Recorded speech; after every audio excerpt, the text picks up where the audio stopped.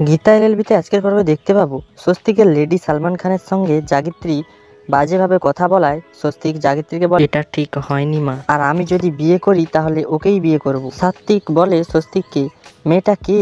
স্বস্তিক বলে, নাম বলবো না, আমি যেদিন বিয়ে করে এই বাড়িতে নিয়ে আসবো সেদিন দেখতে পাবে সবাই।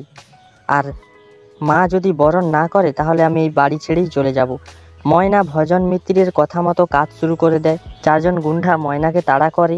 ময়না ছুটতে ছুটতে গীতার সামনে পড়ে। গীতাকে ময়না বলে, বাঁচান আমাকে, ওরা মেরে দেবে। গীতা চারজন গুন্ডাদের মারে এবং গাড়ির আয়নায় দেখে ময়নাকে কারোর সঙ্গে কথা বলতে। গীতা ময়নাকে গাড়িতে নিয়ে আসে থানায় বড়বাবুর কাছে।